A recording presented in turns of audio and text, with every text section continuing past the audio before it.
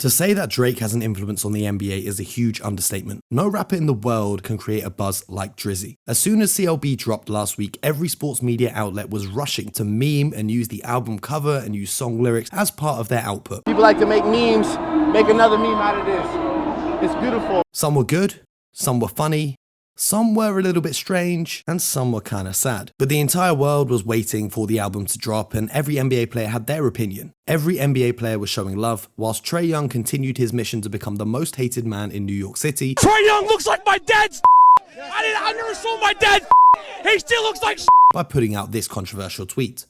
So we can see the influence that Drake has over the NBA, but how did the NBA influence Drake, and in particular, the lyrics on Certified Lover Boy? We're about to do a deep dive and break down the bars to find out.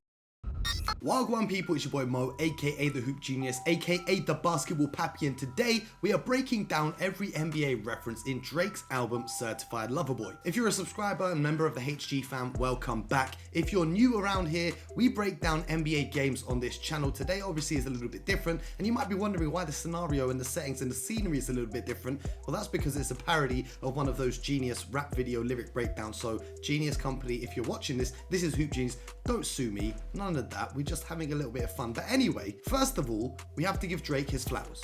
The reason being, whether you think Donda's better, whether you think CLB's better, or whether you think Nas had the rap album of the year, this might be the first album where LeBron James has actually learnt the lyrics. I know you the win around, I know that they teaming up, telling you you're the better off, leave me in the dust. So without further ado, let's get straight into breaking down the NBA references on Certified Lover Boy. Now the first lyric I want to bring up is probably the one that jumped out to all of you when you put this album on. It's one that Drake actually made in response to a fan tweeting about him finding a way to include Giannis Antetokounmpo's name in a bar. Drake said, "Don't move like a puto, could at least keep it a buck like Antetokounmpo." Don't move like a puto, I think puto is like a Spanish swear word, I think if I'm not mistaken.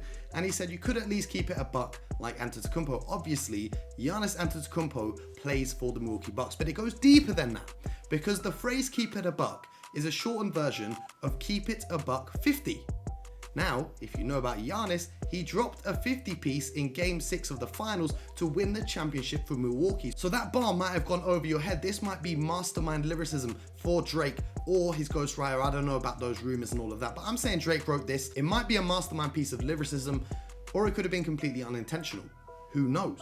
But I like the lyric and I like the reference. Also, it's interesting because Giannis and Drake used to have beef back when Drake would be courtside for the Raptors going up against the Milwaukee Bucks at the playoffs. I remember when Giannis had some choice words for Mr. Drizzy Drake himself. But now the pair have collaborated on some of the CLB merch that Nike is going to be dropping. Now also on the same track, 7 AM on Bridle Path, that's the track where Drake was sending a lot of shots at Kanye West. He didn't just mention Giannis Antetokounmpo, he mentioned LeBron James as well. Up in Bron's crib, fishbowl wine glasses, that's how we're passing time. Now we all know that LeBron James is a wine connoisseur. On his Instagram you often see him drinking bottles of wine that are so expensive if you Google them you might just have a heart attack. But Drizzy's saying, hey, look at me, I'm chilling with one of the best NBA players of all time. We're sitting back, we're drinking some wine, that's how we're passing the time. It could also be to do with LeBron James passing father time in terms of being so durable in his NBA career. Am I reading too much into this, or do you think that's an unintentional bar, or did Drake really mean it like that? Let me know in the comments down below what you think of some of these punchlines. Now speaking of LeBron, on the song Papi's Home, Drake had this lyric as well. Sierra Canyon parking lot looking like Magic City parking lot. And that's probably because the cars in the parking lot of Sierra Canyon High School, if LeBron's kids are going there and LeBron's pulling up to the games, Drake's going there pulling up to the games, Michael B. Jordan's there to watch the games, you can just imagine the caliber of vehicles, Rolls Royce, Maybach, Mercedes, whatever it might be, whatever it is better than my car. But the parking lot must have been looking crazy, and that's just like the Magic City parking lot. Magic City obviously is a very famous strip club in Atlanta, and we can't talk about Magic City without mentioning the lemon pepper goat, Lou Williams. So maybe this is a subtle shout out to Lou Williams. Drake obviously made the song Sick Man, where he was saying sick man like Lou Will, two chicks like Lou Will. That was an iconic record as well. But Drake has been at Sierra Canyon High School basketball games because apparently he's dating the mother of one of the players on the team. Now, I'm not really into the gossip side of things. I don't really care who man are dating. I don't really care what they're doing. But apparently it's for the lady for whom he hired out an entire stadium for a date night. And whoever was flying a helicopter to catch them on camera, you're very weird, bruv. Oh, and whilst we're talking about Sierra Canyon, I know it wasn't on this album, but this album was Drake sending shots at Kanye West. Was Kanye West sending shots at LeBron James on his album? Check this out. Was this a lyric about LeBron James not sending his kids to the school that he opened in Akron, Ohio, and instead sending them to Sierra Canyon? Man, I don't know. I don't know about the beef between Drake and Kanye and if LeBron's getting involved as well. And there's an interesting story actually about Jay-Z and basketball and rap beef as well. Maybe we'll dive into that in the future if this video does well. If you give me about 100 likes on this video, maybe I'll break down that one for you too. But talking about dating and who Drake's in, on the song Race My Mind, he put out some criteria for the kind of women he wants to settle down with. He said, how am I supposed to wife it? You ain't Aisha enough. Now that's a shout out obviously to Stephen Curry's wife. Steph is a big fan of the album. He didn't have any problem with this, and Aisha herself shared the album on her Instagram story, so she must have loved the shout out. Drake's relationship with Stephen Curry is very interesting. On his song Summer 16, he said, Golden State running practice at my house, that's what I'm about.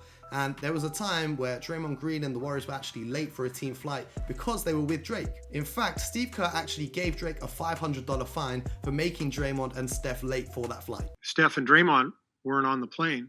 Steph said, oh, my fault. I'm with Drake. Drake got on the plane that night with Draymond and Steph, and I fined all three of them for being late. And Drake paid his $500 fine. You can ask him that. True story.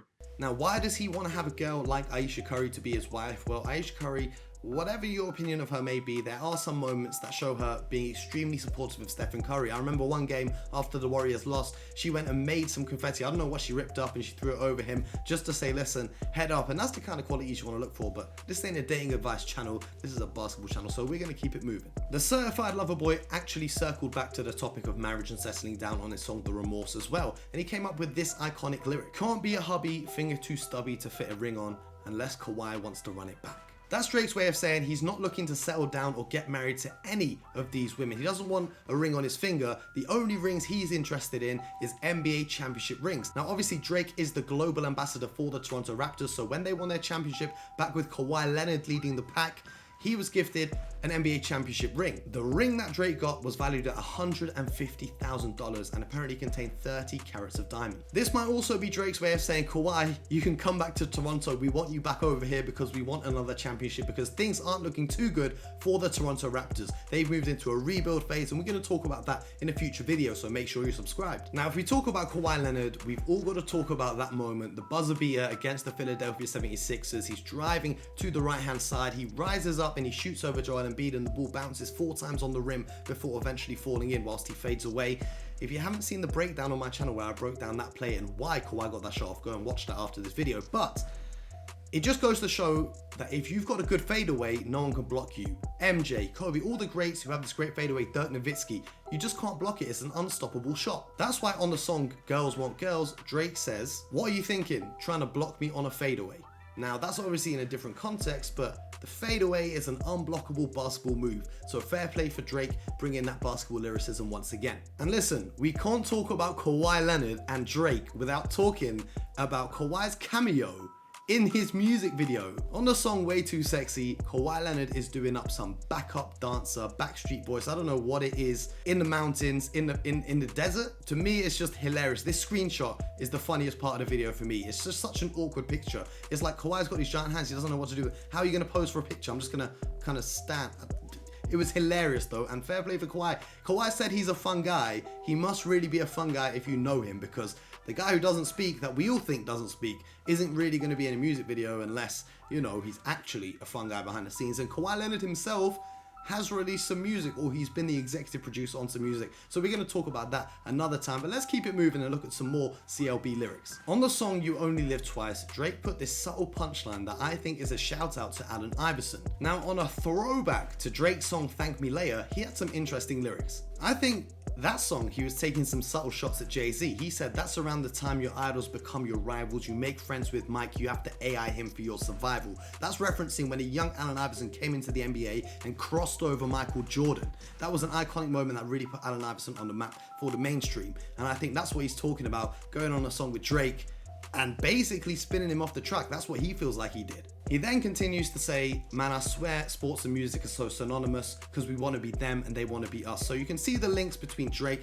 and the NBA world, and in fact the whole rap game and the NBA world. But He's had a history of Allen Iverson punchlines, so I think this one is a little bit more subtle, but I think the levels to it are amazing. He said, "Still running the game, don't ask me about the practice." Now, we all remember Allen Iverson's iconic practice video. In that interview, Allen Iverson was basically saying, look, I'm the best player out here. Why are you asking me if I've been practicing? Do you think I need to be practicing? First of all, that report was mad because anyone who knows AI knows his work ethic. AI played through so many injuries, he found any excuse to play ball. In fact, one game, the coach didn't want him to play because of an injury. They hid his jersey so he couldn't play. So AI paid a kid to go to a store and buy an Allen Iverson jersey, bring it to the arena just so he could hoop. So that's why Drake said, look, I'm the best in the game. Don't talk to me about practicing. I don't need to practice. I'm the best out here. So it's another shout to Allen Iverson, and I love this bar from Drake. On the song Race My Mind, Drake said, "Picture my signature on some J4s." Now, we all know that Drake is signed with Nike, and OVO have brought out a lot of different colorway Air Jordans. Back in 2017, Drake actually teased a very exclusive pair of Jordan 4s on his Instagram. This pair of shoes was actually sold at auction for $32,000 back in 2020.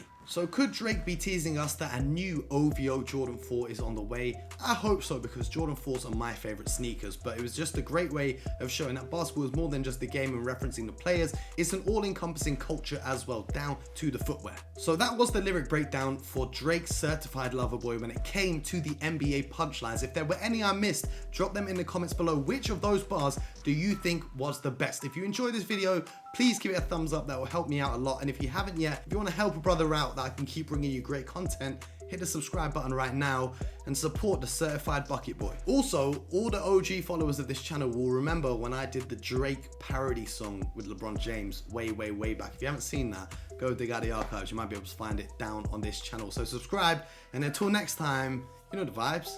Get buckets.